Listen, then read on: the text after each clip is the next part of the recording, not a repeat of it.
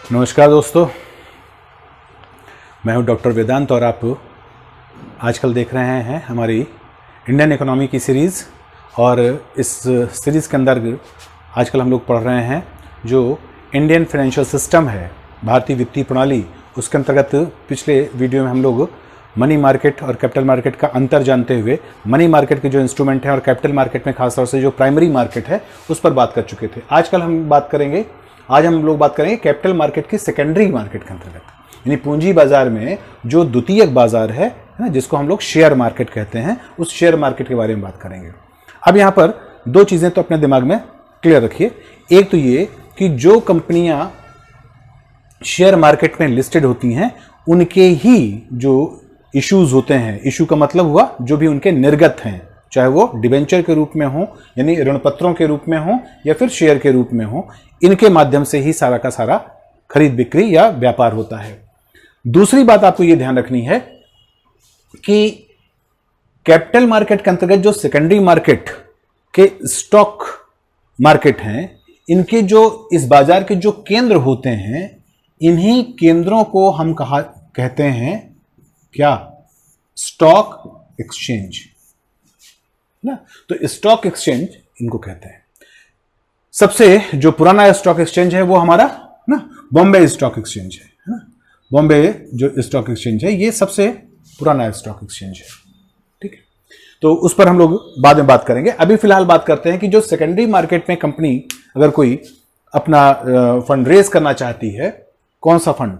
दीर्घकालिक, क्योंकि आपको हमने पहले बताया था कि जो अल्पकालिक यानी एक वर्ष के भीतर के फंड हैं वो कहां पर रेज किए जाते हैं? मनी मार्केट में, है ना। वो कमर्शियल पेपर के माध्यम से, सर्टिफिकेट ऑफ डिपॉजिट्स के माध्यम से ना, वो सब उद्भूतियां अलग हैं। अब हम लोग यहां पर बात करते हैं सेकेंडरी मार्केट, जहां पर मध्यम या दीर्घकालिक ऋण लेने के लिए या पूंजी उगाने का काम किया जाता है। तो आइए हम लोग शुरू करते हैं। ये दो तरह के इशू होते हैं, है ना। कंपनी जो भी फंड रेज करने के लिए अपने प्रपत्र जारी करती है उसे इशू कहते हैं। ये दो तरह के होते हैं, एक को कहते हैं ऋण पत्र या डिवेंचर और दूसरे होते हैं भागीदारी जिसमें होती है यानी शेयर्स, ठीक है ना। अब इन दोनों के बीच में जो बेसिक अंतर है वो ध्यान रखना है, वो ये याद रखना है आपको कि भागीदारी यानी जो शेयर्स होते हैं, इनके जो होल्डर होते हैं उस कंपनी के एक तरह से हिस्सेदार बन जाते हैं, इसीलिए इसको हिस्सा पूंजी या शेयर कैपिटल कहा जाता है। वो उसके हिस्सेदार बन जाते हैं।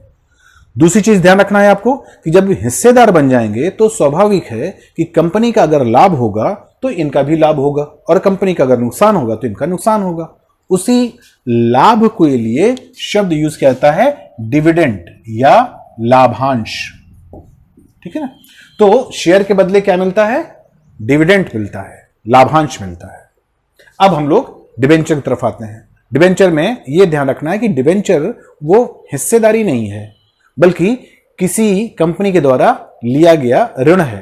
तो जो लोग ऋण लेते हैं, ठीक है, जो लोग ऋण लेते हैं तो स्वाभाविक है कि उनको ऋण का भुगतान ब्याज के साथ तब भी करना पड़ेगा जब उन्हें लाभ हो रहा होगा और तब भी करना पड़ेगा जब उनको लाभ नहीं हो रहा होगा, ठीक है ना।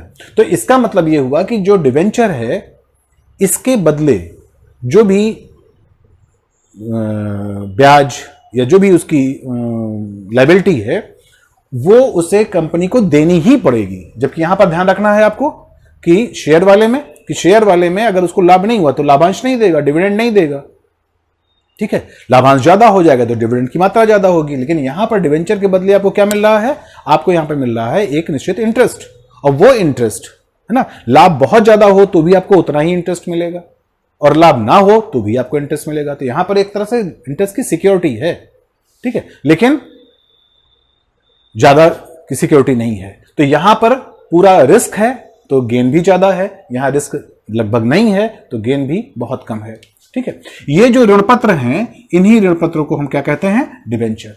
अब ये डिवेंचर दो तरह के होते हैं, एक तो होते हैं सिक्योर्ड और नॉन सिक्योर्ड और दूसरे होते हैं कन्वर्टेबल और नॉन कन्वर्टेबल।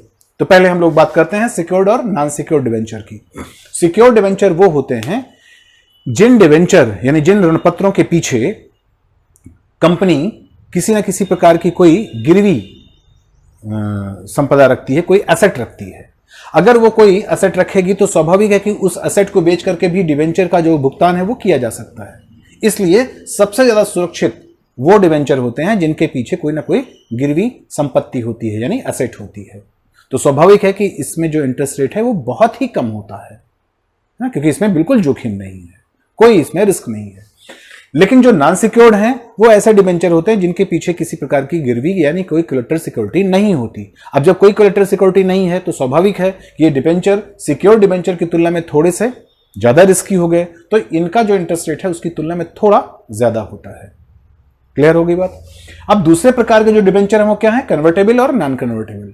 कन्वर्टेबल डिबेंचर वो होते हैं जिनको शर्तों के साथ अगर आप चाहें तो वो शेयर में कन्वर्ट हो सकते हैं, शेयर में बदले जा सकते हैं, लेकिन नॉन कन्वर्टेबल कभी भी शेयर में नहीं बदले जा सकते हैं।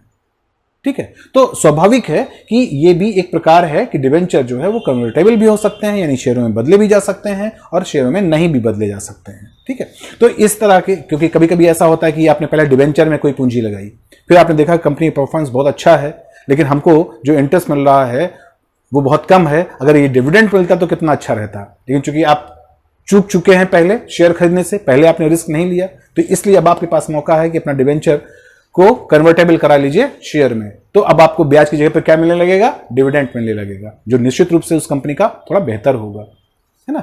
तो कभी ऐसी स्थिति आती है कि कब पहले कंपनी के बारे में हमको ज्यादा जानकारी नहीं होती या उस पर उसके साथ हम रिस्क नहीं ले पाते हैं, फिर बाद में हम ऐसी स्थिति में आते हैं जब हम पछताने वाली स्थिति में पहुंचते हैं, तो उस कंपनी उसके लिए भी एक मौका देती है। ठीक है, अब ऋण का ही एक दूसरा तरीका क्या है, ऋण का एक दूसरा तरीका बॉन्ड है। ठीक है ना, जैसे हमने कहा कि ये आम जनता के संदर्भ में होता है, वैसे ही जो फाइनेंशियल इंस्टीट्यूशंस होते हैं या गवर्नमेंट होती है वो क्या जारी करती है, बॉन्ड जारी करती है।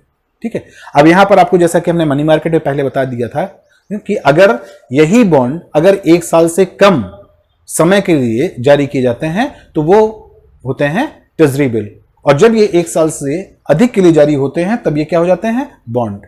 इसमें एक बॉन्ड का प्रकार है zero coupon bond. Zero coupon bond का मतलब हुआ कि ऐसा बॉन्ड जिसको जो डिस्काउंट पे मिलता है। डिस्काउंट के बारे में भी हम आपको बता चुके हैं, यहां पर हम एक बार उसको संक्षेप में बताते हैं कि अगर 100 रुपए का बॉन्ड है तो यह कहा जाएगा कि आप भाई 80 रुपए दे दीजिए।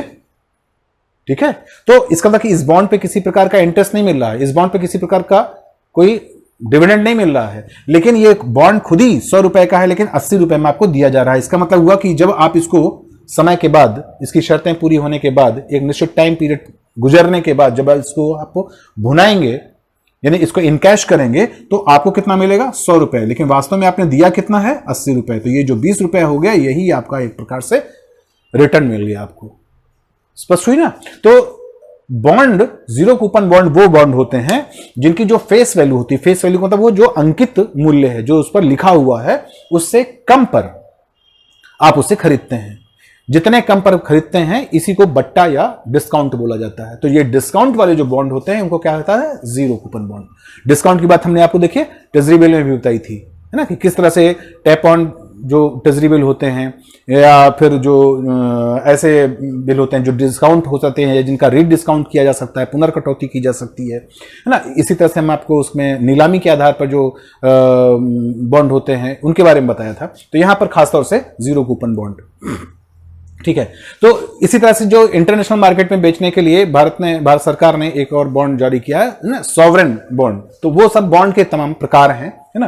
वो ये बॉन्ड भी सिक्योर्ड, नॉन सिक्योर्ड प्रकार के होते हैं। तो ये सारी चीजें बिल्कुल डिवेंचर की तरह ही होती हैं, बस अंतर ये होता है कि ये फाइनेंशियल इंस्टीट्यूशंस या गवर्नमेंट द्वारा जारी होते हैं, ये कंपनी के द्वारा जारी होते हैं जो सीधे जनता के लिए होते हैं। अब हम लोग दूसरे चीज पर आते हैं जहां पर कि ऋण पत्रों के माध्यम से नहीं बल्कि जो हिस्सा पूंजी है यानी शेयर हैं उनके माध्यम से कोई कंपनी अपना फंड रेज करती है। इसमें जो शेयर होते हैं वो खासतौर से 2 तरह के होते हैं, एक इक्विटी शेयर और दूसरे प्रेफरेंशियल शेयर। ठीक है, इक्विटी शेयर वो होते हैं जिनमें जो फेस वैल्यू होती है ना, यानी जो उसमें अंकित मूल्य होता है उसी मूल्य पर नॉर्मली उनको खरीदा जाता है। ठीक है, तो अगर और कोई खास उसमें कॉम्प्लिकेशंस नहीं है तो नॉर्मली ये इक्विटी शेयर सब मूल्यों पर ही खरीद लिए जाते हैं। लेकिन इससे ज्यादा इंपॉर्टेंट चीज ये होती है कि इक्विटी शेयर नॉर्मली प्रोमोटर्स के पास होते हैं, यानी जो कंपनी के स्वामी होते हैं उनके पास होते हैं। अब यहां पर एक अंतर आपको ध्यान में रखना है, वो है ओनरशिप और हिस्सेदारी, है ना। ओनरशिप और एक तरह से जो उसमें भागीदारी है, इनके बीच में अंतर। तो इक्विटी नॉर्मली क्या देती है आपको? ओनरशिप देती है, ये स्वामित्व देती है। जब ये स्वामित्व देगी तो इसका मतलब हुआ कि इसके बिहाफ में आपके पास क्या रहता है? इसके बिहाफ में आपके पास रहता है वोटिंग राइट, है ना। तो जो इक्विटी होल्डर होते हैं उनके पास वोटिंग राइट होता है। वो कंपनी के किसी पॉलिसी मेकिंग प्रोसेस में या किसी निर्णय के दौरान वो वोट करते हैं अपने अपने अपनी इक्विटी होल्ड के आधार पर। अपनी जितनी भी उनके पास इक्विटी है उसके अनुपात में उनके पास वोटिंग राइट होता है। लेकिन जो बाकी शेयर होल्डर होते हैं, हाँ, चाहे प्रेफरेंशियल शेयर होल्डर ही क्यों ना हो, वास्तव में उनके पास कोई वोटिंग राइट नहीं होता है। वो हिस्सेदार होते हैं लेकिन उनके पास वोटिंग राइट नहीं होता है ना। ये बहुत इंपॉर्टेंट चीज इक्विटी और प्रेफरेंशियल शेयर के अंदर ध्यान में रखना है। दूसरी चीज, अब यहां पर देखिए इक्विटी यहां पर क्या हो गई? ज्यादा फायदेमंद हो गई प्रेफरेंशियल शेयर से। क्यों? क्योंकि यहां पर वोटिंग राइट है, यहां पर वोटिंग राइट नहीं है। इक्विटी में वोटिंग राइट है, प्रेफरेंशियल शेयर में वोटिंग राइट नहीं है। लेकिन दूसरी तरफ एक इसका उल्टा पहलू भी है। वो क्या? कि जो प्रेफरेंशियल शेयर होल्डर्स हैं, है ना, अगर कंपनी क्रैक करती है, किसी कारण से इंसॉल्व होती है, मतलब वो उसके अंदर वो दिवालिया होने की स्थिति में आती है ना, या बंद होने के कगार पे आती है, कोई बात उसके साथ कोई घटना घटती है ना, निगेटिव, तो ऐसे में जो प्रेफरेंशियल शेयर होल्डर हैं इनकी पूंजी पहले अदा की जाएगी, यानी इनको पहले पैसे उपलब्ध कराए जाएंगे, लेकिन इक्विटी होल्डर को उसके बाद, है ना, अगर बचेगा तभी इक्विटी होल्डर को उपलब्ध कराए जाएंगे, लेकिन प्रेफरेंशियल शेयर को पहले कराए जाएंगे।